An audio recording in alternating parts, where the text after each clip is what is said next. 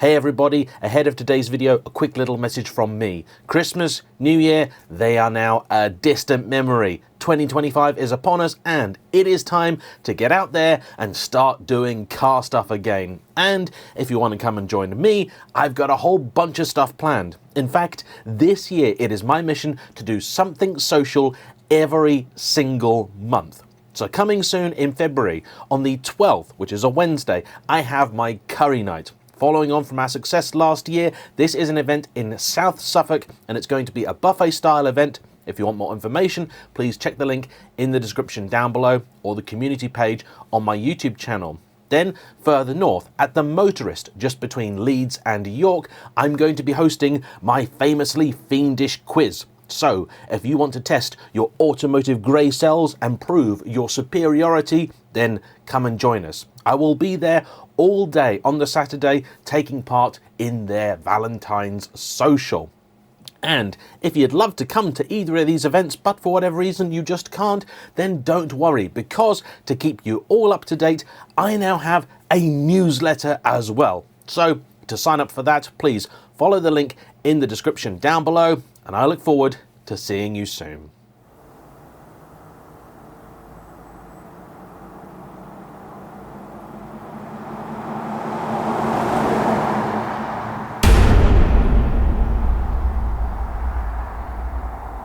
Hello everybody, in this episode, the Toyota FJ Cruiser, and why this is not just a brilliant car, but 40% of my audience have never even heard of it.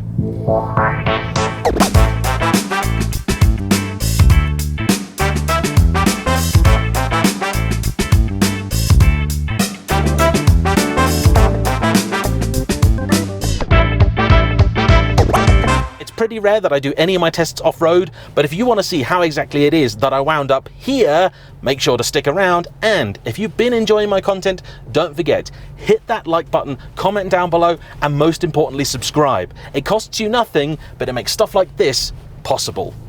On with the video.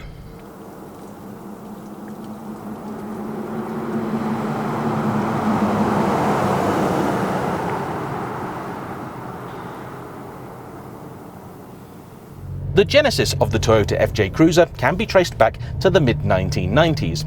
At that point, the firm's own venerable and much-loved FJ40 series Land Cruiser was coming to the end of its life.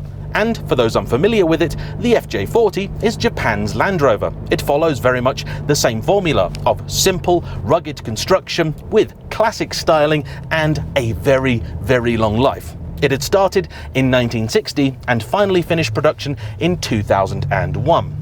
While plans were no doubt afoot to replace the FJ40 with what was effectively the same thing but newer, that later became the J70, there were some that also realised what they had with the FJ40 was an icon, but an increasingly elderly one. And so, in secret, a team of people, including one Akio Toyoda, began looking at what they could build to replace the iconic FJ40, which would have mass appeal. Bear in mind also that the 1990s was the decade that saw the rise of the soft roader, where people began buying cars that were theoretically more off-road orientated, but realistically for on-road activities. They were beginning to purchase them as lifestyle vehicles.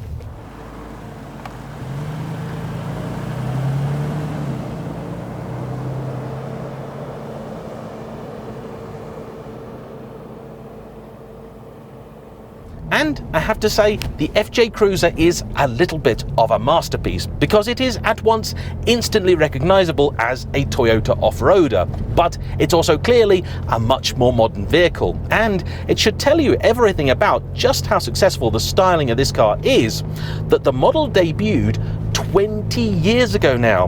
Designed, as it happened, by a person who at the time was just 24 years old. Even now, this has a lot of presence about it, and that might be due in some small part to the fact that in Britain, we were never ever sold them. And I think that's an absolute tragedy, because there is so much about this which would absolutely appeal to the modern British buyer.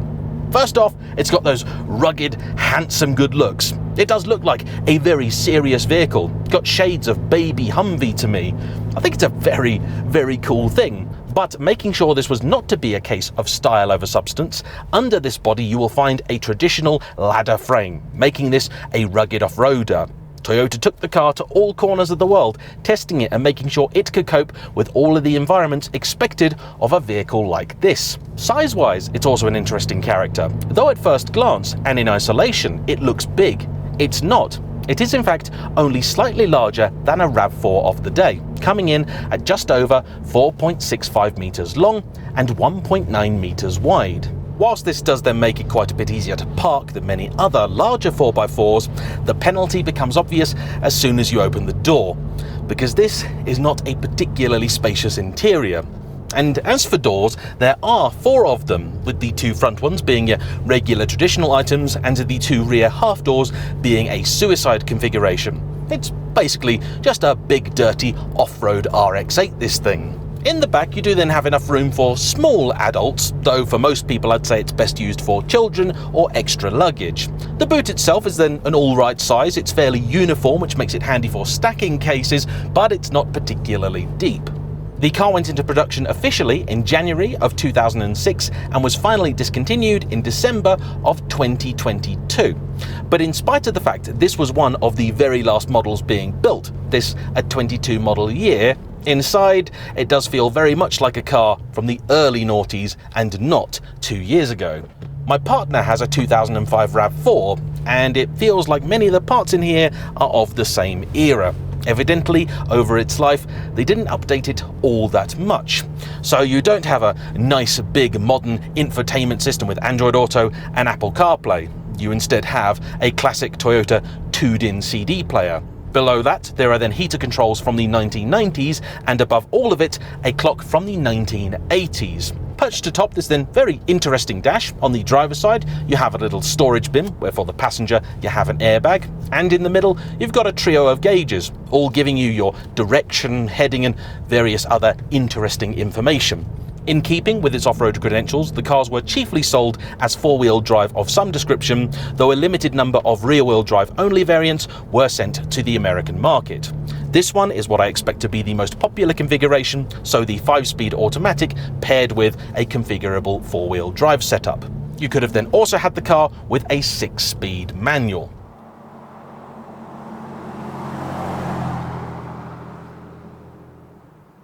And in terms of engine, as far as I'm aware, there was only ever one choice. A 4-litre naturally aspirated Toyota V6, which debuted with single variable valve timing, giving it 239 horsepower and 278 pounds-feet of torque. That was later then revised in 2010 to an item with dual variable valve timing, giving it another 20 horses for a total of 259, though modestly less peak torque, but presumably across a greater spread of the rev range. That then had 269 pounds-feet, that's 366 Newton-meters. Then, just a year later, for 2011, the engine was revised once more to meet emissions regulations, but it gained 1 each of both power and torque. Speaking with Volkert, this car's owner, he seemed to think that they did do a diesel variant, but I'm not sure that they did. Internet anoraks, help me out. It has to be said that I do think this car would be much better paired with a nice big torquey turbo diesel, like the sort of thing you see in many a JLR product, though preferably not one from a JLR product. The fact is though, this car was built almost explicitly for the American market, and they just don't really tend to buy diesels, and so the 4-litre V6, it's what you would have got in a Nissan Frontier, what they call the Navara, and so it was the obvious choice for something like this. Shockingly, today on Auto Trader in Great Britain, there are actually 14 of these for sale, every one of course being an import. They did sell it to a number of different markets around the world, North America being one of the biggest to begin with. Later they also sold it to Australia, New Zealand, then Japan themselves got a right-hand drive model, but they always liked left-hand drive cars over there too, and later on the Middle East became one of its most successful markets, and in fact it was there that the car was sold last, being discontinued in many other markets in 2016. Today you still see quite a few of them in the likes of California. Over there they really love them, but in Britain I'm not sure I can really recall ever seeing one.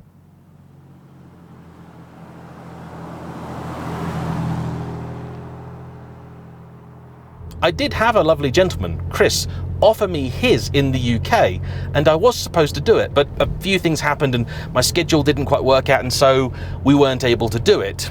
But when I was offered the chance to drive one here, well, you'd forgive me, wouldn't you?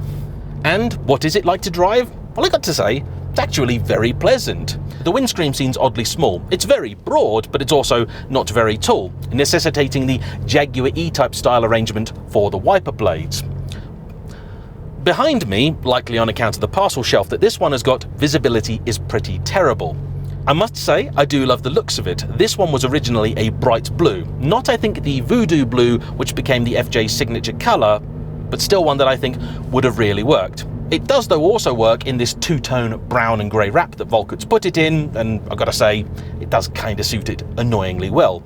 Inside he's then made a few other subtle modifications, so much of the bright work has been covered up with hard-wearing plastic, and from the off this car was designed that you could clean it out with a hose.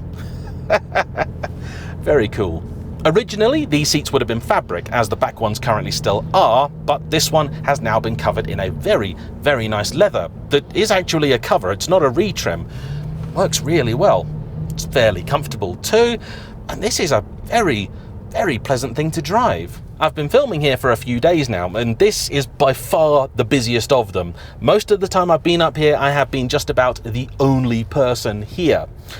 But one reason that I wanted to come here is because we now have a nice little bit of mild off-roading that I can do. And it is very, very mild off-roading. I do not want to break Volkert's lovely car, but still, it is with this sort of thing that you can happily do this sort of thing. There's a pony over there, and it does look like they've just got it out the back of that i3, but having driven an i3 the other day, I can assure you the boot is not big enough for an pony.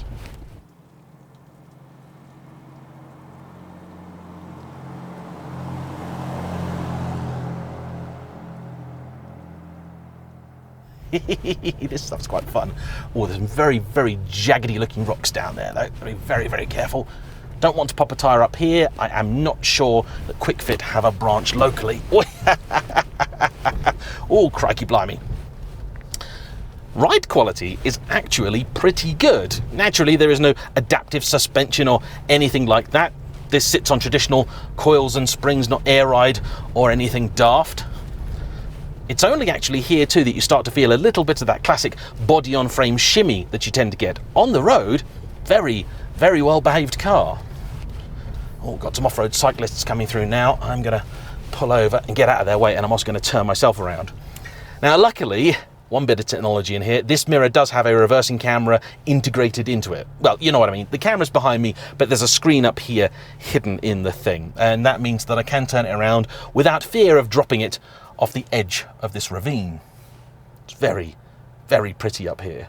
So then while these guys go past, why exactly is it that Volkert bought this? I did ask him and he said, well, it's pretty simple really. He remembers seeing one near 20 years ago when they would have been brand spanking new. And it was one of those cars he looked at and just thought, that's awesome. I have to have one of those.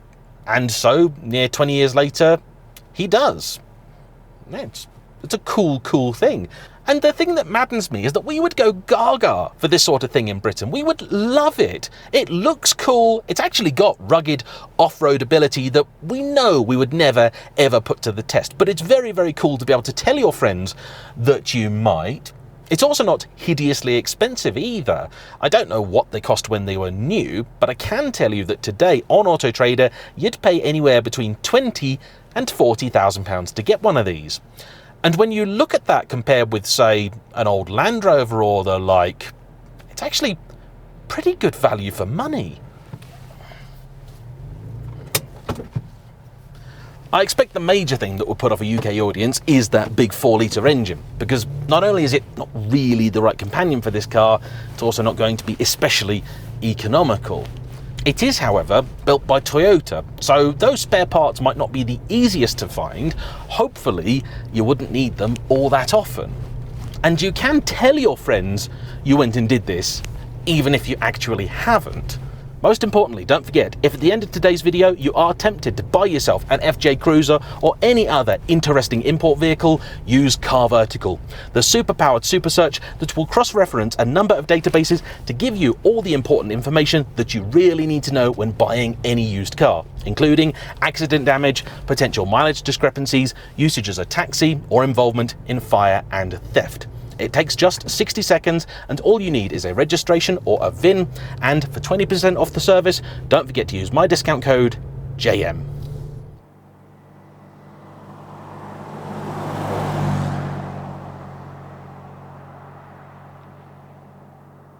I will admit that for a little while I have had an air of reluctance about actually driving one of these, simply because I don't really know what to make of it.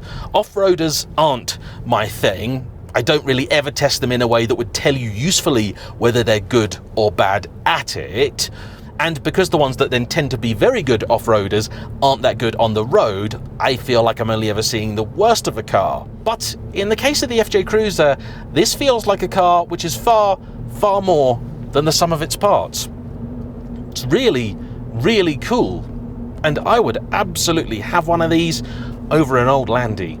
They also conveniently happen to be masses cheaper than the new Defender. So if you've been eyeing one of those up but thinking, nah, Landy for 100 grand, thanks, but no thanks, this could make a good and very interesting alternative. And on that note, I think it is time to end. I want to say a big thank you to Folkert for bringing his car out, and as ever, to you for watching. Don't forget to hit the like button, comment down below, subscribe if you haven't already, and I'll see you for the next one. Bye-bye.